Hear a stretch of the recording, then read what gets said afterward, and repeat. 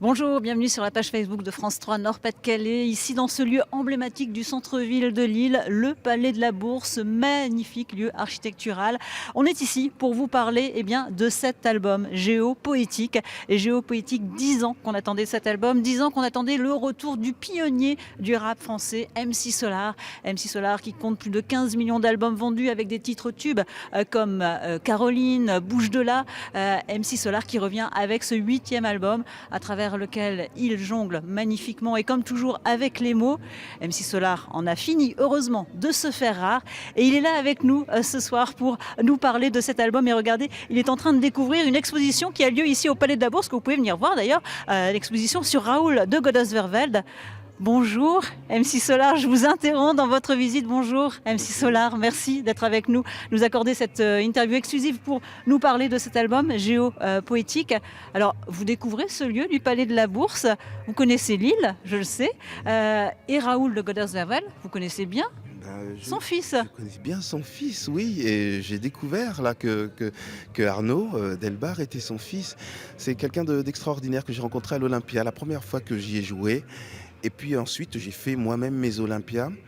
Et c'était un mec extraordinaire. C'est-à-dire qu'il aime les artistes. Il m'a dit, la porte t'est toujours ouverte pour que tu puisses voir ce que tu veux. Alors j'avais juste à frapper du côté de la porte des artistes et je voyais des concerts et j'ai toujours été bien accueilli. Mais vraiment bien accueilli. C'est quelqu'un de très très bienveillant. Et ça vous fait plaisir de découvrir cette exposition qui retrace la vie de son papa, Raoul de Godeswerveld. J'en apprends, hein, j'apprends sa vie à la mer, j'apprends Celle de chansonnier aussi. de chansonnier, celle de photographe. Et comme je suis à la moitié, je vais faire le tour et j'aurai une vision cardinale avec les quatre directions de son personnage. Alors, on va parler, nous, de cet album. On vous laissera tout à l'heure finir la visite de l'expo parce que je sais que vous avez plein de choses à nous dire sur cet album Géopoétique, le 8e, Géopoétique, 8e album. On va se balader puis on va aller s'installer confortablement, boire un petit verre ensemble, voilà, pour discuter. Alors, on l'attendait cet album, 10 ans d'absence. Comment on explique à un moment de s'arrêter? Ça a été quoi la décision de s'arrêter pendant ces 10 années? La décision, c'était de prendre le temps de vivre parce que j'avais peur de la répétition. Donc j'ai fait un système que les agriculteurs appellent celui de la jachère. Mais au lieu de laisser mon champ de créativité 3 ans, ce qui aurait été quelque chose de légal, je me suis un peu laissé prendre par l'oisiveté. Heureusement, à un moment donné, j'ai donné un coup de pied au sol et je suis remonté. Pour notre plus grand bonheur, voilà. Oui, et puis pour le mien, parce que c'est une superbe satisfaction de terminer quelque chose. Si j'avais su beaucoup plus tôt, je crois que j'aurais fait mes 3 ans et j'aurais réussi à prendre le temps de vivre en continuant cette activité de chanteur qui est géniale.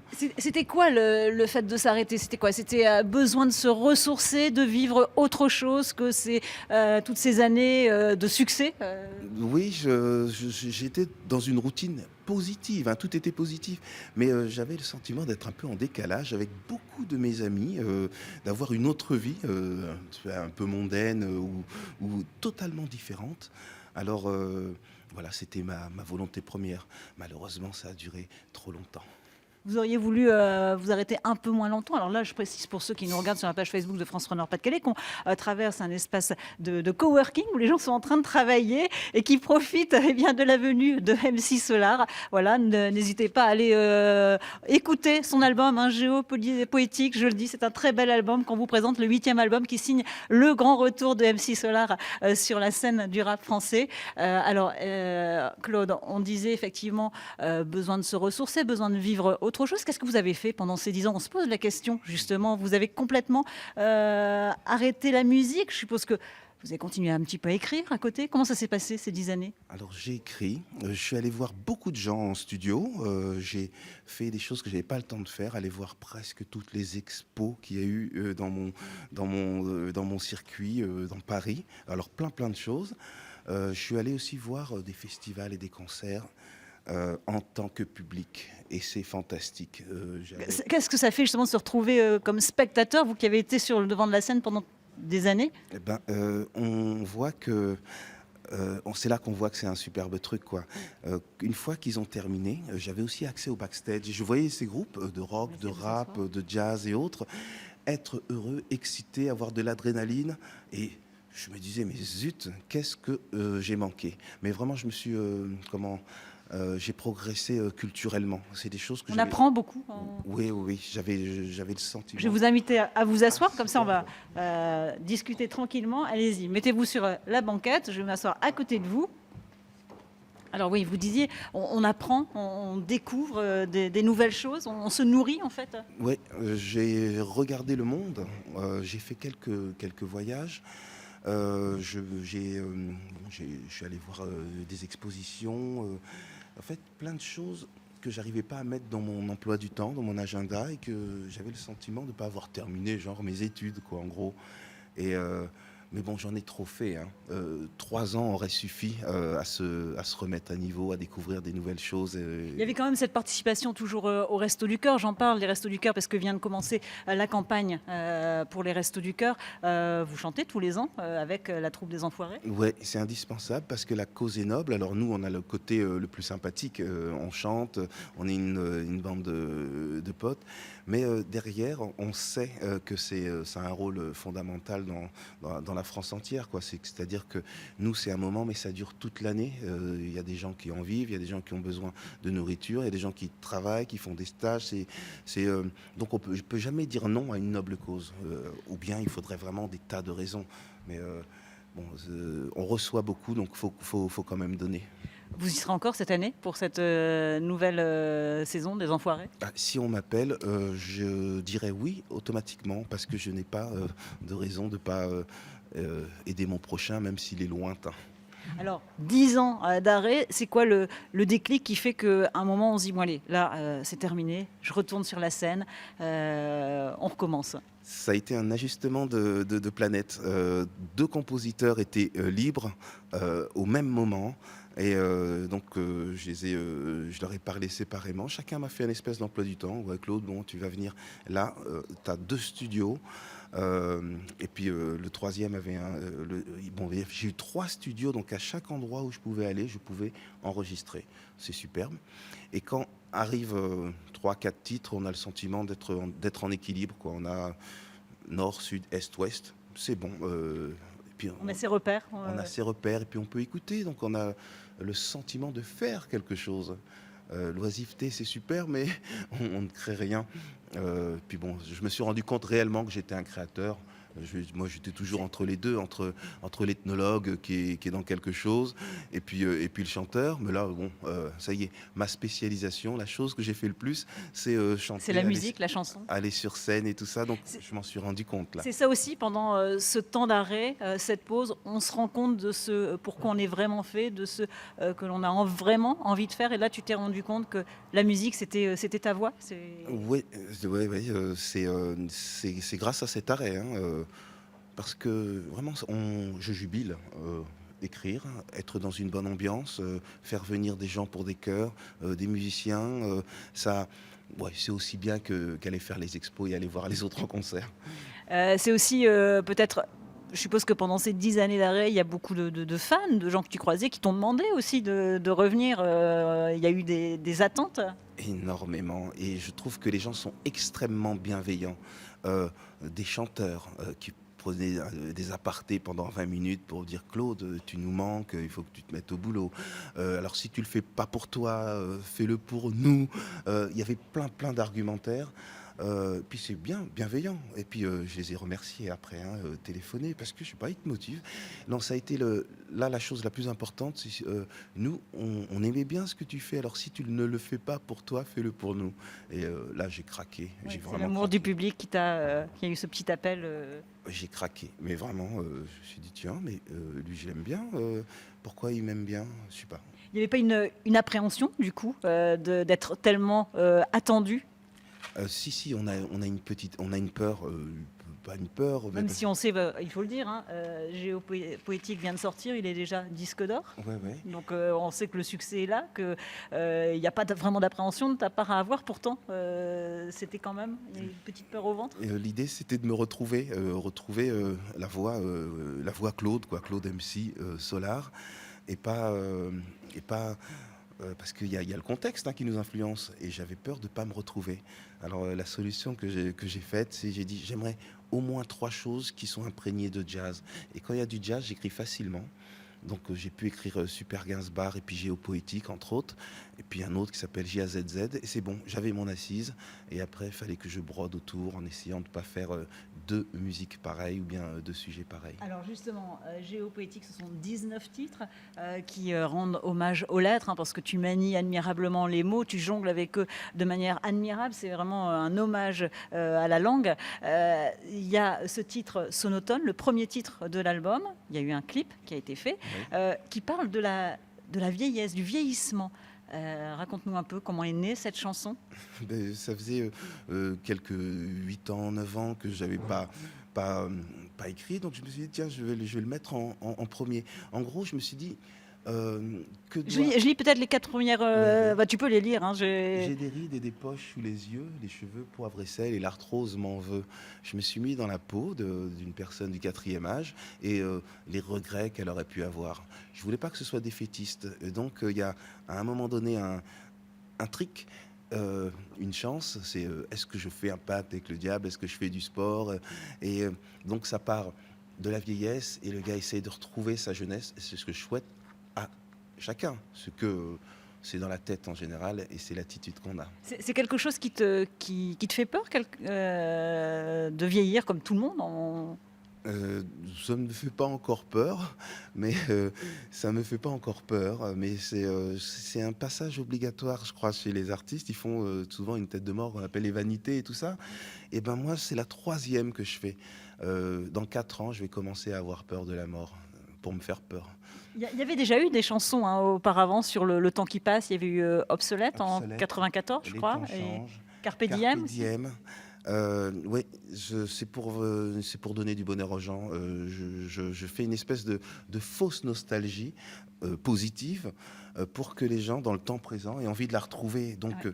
ils se disent oui, j'ai envie de changer le monde, ou bien oui, j'ai envie de retrouver des choses positives. C'est un prof de philo qui m'avait dit tiens, c'est une bonne technique pour que les gens y bougent, une technique proactive, et je la fais en musique. Euh, mais je suis quelqu'un du temps présent, toujours. Hein. C'est aussi quoi? C'est faire prendre conscience aux gens que le temps passe et qu'il faut profiter de chaque moment. C'est vrai, les choses peuvent s'arrêter n'importe comment, ou bien on peut arriver à un moment donné en se disant zut, j'aurais pu faire ça, j'aurais pu faire des choses. Donc mettre les choses même futiles dans un agenda, au moins on les fait.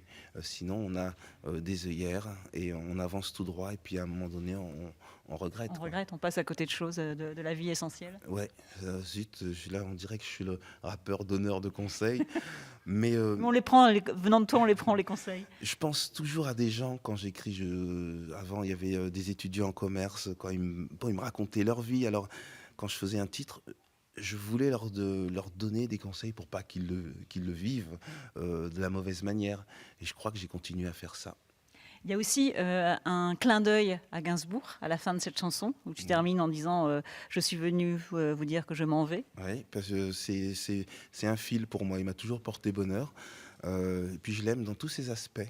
Dans ses aspects, quand il écrit des belles perles, qu'il fait des beaux colliers, de la belle joaillerie. J'aime quand il est rigolard, quelquefois pétomane, ou bien les petits gags.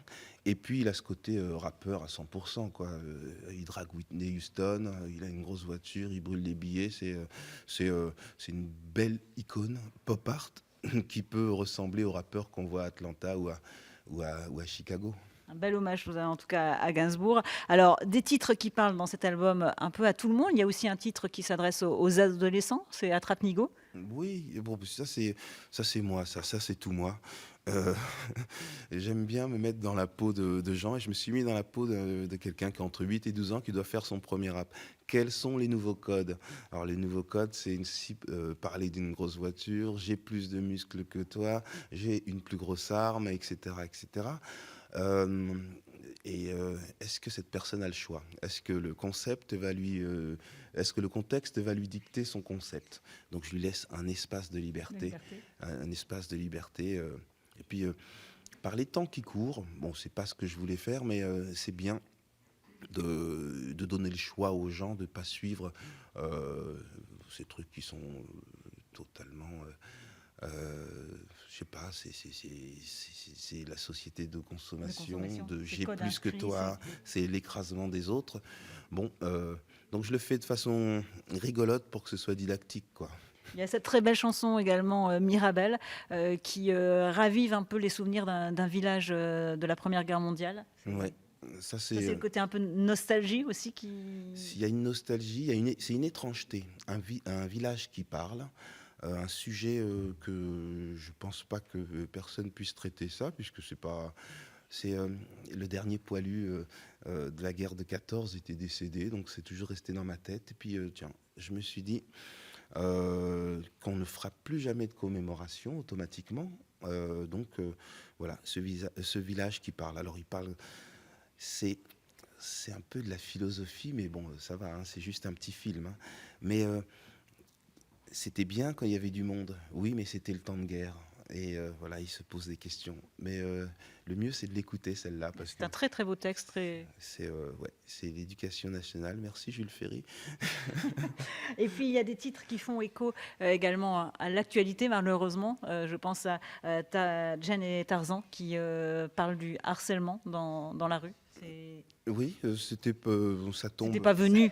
Ça tombe là dans le contexte, mais à chaque fois que j'ai mis des personnages féminins, je les ai mises, voilà, qui se défendent dans le système, que ce soit Jane et Tarzan, que ce soit I Need Gloves.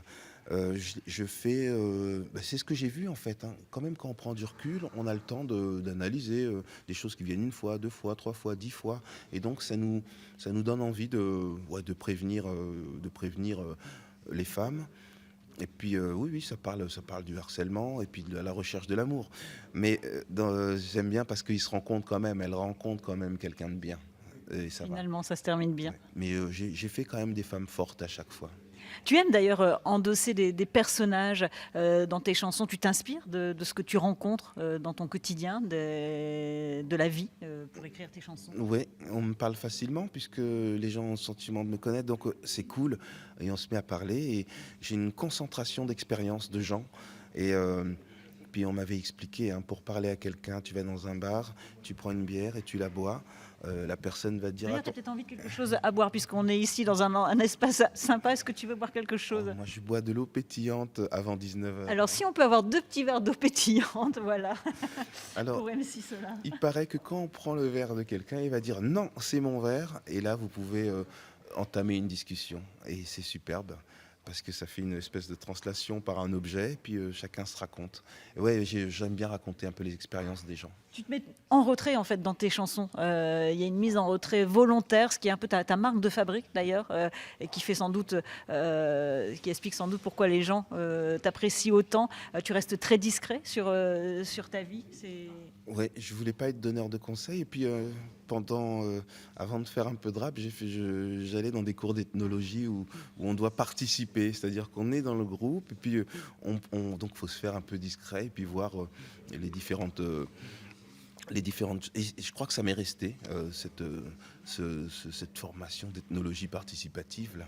C'est JP Manova qui disait dire il y a ceux qui veulent absolument se faire connaître à tout prix et MC Solar, lui, il veut se faire oublier à tout prix. C'est ce que tu as voulu pendant ces 10 ans, te mettre en retrait pour mieux revenir en fait? Oui, c'était pas pour mieux revenir, mais c'est mon comportement. Hein. Je crois que mon 11e commandement, c'était la discrétion. Merci. Muchas gracias. Je crois que mon 11e commandement, c'était la discrétion. Je m'étais fait des commandements comme ça. Et non, c'est bien parce que ça permet de capter les choses, quoi, de ne pas être l'axe, la pointe du compas, tout tourne autour de soi. C'est déjà une partie de ce métier. Et j'ai toujours cherché à être au fond, dans un coin de bar, un peu comme un RG, tu vois, mais c'est cool, ça permet d'apprendre. Si tu devais le définir, cet album, ce 8e album, Géopoétique? Je le dirais diversifié, positif et avec une volonté de concorde.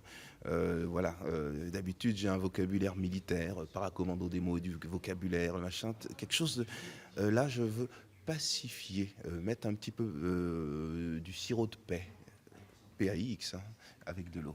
Avec des sonorités nouvelles également, des sonorités différentes. Ouais, on a fait pas toutes les tentatives, mais il y a des choses que j'avais jamais faites, un peu funk. Bah, c'est cool, c'est l'occasion. Et puis, c'est ne pas, en tout cas pour nous, écouter 9 titres qui sont pareils. Alors ça, depuis le premier jour, c'était la chose que je m'étais dite. Tu peux passer d'un slow à quelque chose de léger, à quelque chose de plus... à du rock, avec La vie est belle, ou bien... j'avais Des un... choses plus ou moins rythmées. Ouais, il faut des pics, des aspérités, du mouvement. Ça, c'est une de mes doctrines. Il y C'est a de la musique classique également oh là dans là cet là. album. Ouais. Ah, souvent, on croise des gens, quoi. La première fois, c'était en Russie. On a gardé le contact avec Roman. Et puis, voilà, chaque fois qu'on a besoin de musique classique, on lui parle et il nous trouve des musiciens. Et puis, ça nous permet de faire des étrangetés, des choses différentes. Mais nous, on fait du rap, on peut faire aussi du jazz et on peut faire. En fait, ce que j'aime bien, c'est que on pourrait faire des concerts différents. Certains peuvent être symphoniques, d'autres pourraient être jazz, canapé, sofa ou bien crooner, et puis d'autres un peu plus hip-hop. Le fait d'avoir cette variété, Ouais. justement. Ça sert à ça, quoi. On met chacun nos goûts, et puis un jour, on pourra choisir de faire des opérations spéciales jazz ou spéciales classiques. Alors, on le sait, tu es le pionnier du rap français. Il y a Booba, que tu connais, qui te rend un très bel hommage sur les réseaux sociaux en disant que voilà, tu es l'exemple pour toute une génération, que c'est vraiment toi qui as fait naître le rap sur la scène française. C'est quoi ton regard aujourd'hui sur le rap actuel? Oh, ben, il est bien. Moi aussi, je le connais depuis très longtemps. Il a son talent, hein, un certain style d'écriture. Euh, alors, il n'est pas comme avant, mais c'est normal. Parce que sinon, ça aurait été répétitif, vindicatif, avec les mêmes, ça aurait été exactement les mêmes choses. Et puis, je trouve que, avec tous les chemins qu'il y a eu, hein, NTM, Solar, Assassin, Booba et tous les autres, euh, l'éventail s'est élargi. Il y a des personnalités qui arrivent à naître. C'est pas les figures imposées obligatoires. Pour beaucoup, ils font de la musique. Et je trouve que c'est bien. Il y a moins de tension ou de gens qui jouent leur rôle. Alors, pour ça, c'est une réussite parce que ça a été toujours un de mes combats. Ben, c'est le combat que les Américains aimaient aussi parce qu'ils disaient ah, c'est en français, c'est un peu différent. Et, et là, ben, les gens sont tous des lyricistes, des écrivains, des punchliners. Et voilà, ça devient un art littéraire. Il y a des rappeurs avec lesquels tu aimerais travailler aujourd'hui. Je pense à Maître Gims, d'autres Booba. Oh, ben, je les aime tous, je les aime tous, mais enfin, vraiment j'ai un grand problème avec les rappeurs, c'est que je les connais tous, et donc si j'ouvre, je les connais tous, je ne saurais pas prendre dans quel ordre, mais je fais en général avec des étrangers, mais pourquoi pas un jour avec un Français? Un Français, oui, y a pas de problème. Alors, on connaît tes textes, hein, des textes où il n'y a pas de violence, des textes, il n'y a pas de vulgarité. Justement, je voulais avoir un peu ton avis sur ces textes qu'on trouve quelquefois chez certains rappeurs qui invitent un peu à la haine, à la violence, avec des mots assez trash, je pense, pour toute la jeune génération qui écoute ça. C'est quoi Oh, ben, ton regard je pense qu'ils font une petite erreur, mais euh, s'ils arrivent à le faire et que ça ressemble à, comment on appelle ça, un film, une fiction, un jeu, là, il y en a certains qui arrivent. C'est rigolo, c'est excessif et ça, c'est top. On peut en faire deux, trois, entrer dans un personnage. C'est pas bien quand ça devient systématique, quoi. Mais ça, c'est en grandissant. En fait, il faut commencer comme si on était vieux. Et comme ça, on prend déjà les choses importantes, quoi. on prend du recul sur les choses, Ouais, ouais. on voit différemment? Mais je leur souhaite le succès, mais vraiment le succès, parce que le succès va les faire rencontrer des gens, aller dans différentes villes, à la montagne, à la mer, à la campagne, n'importe où, et, et ils vont voir que le film qui se font n'est pas la réalité, quoi. Il y a des gens qui aiment simplement leur musique.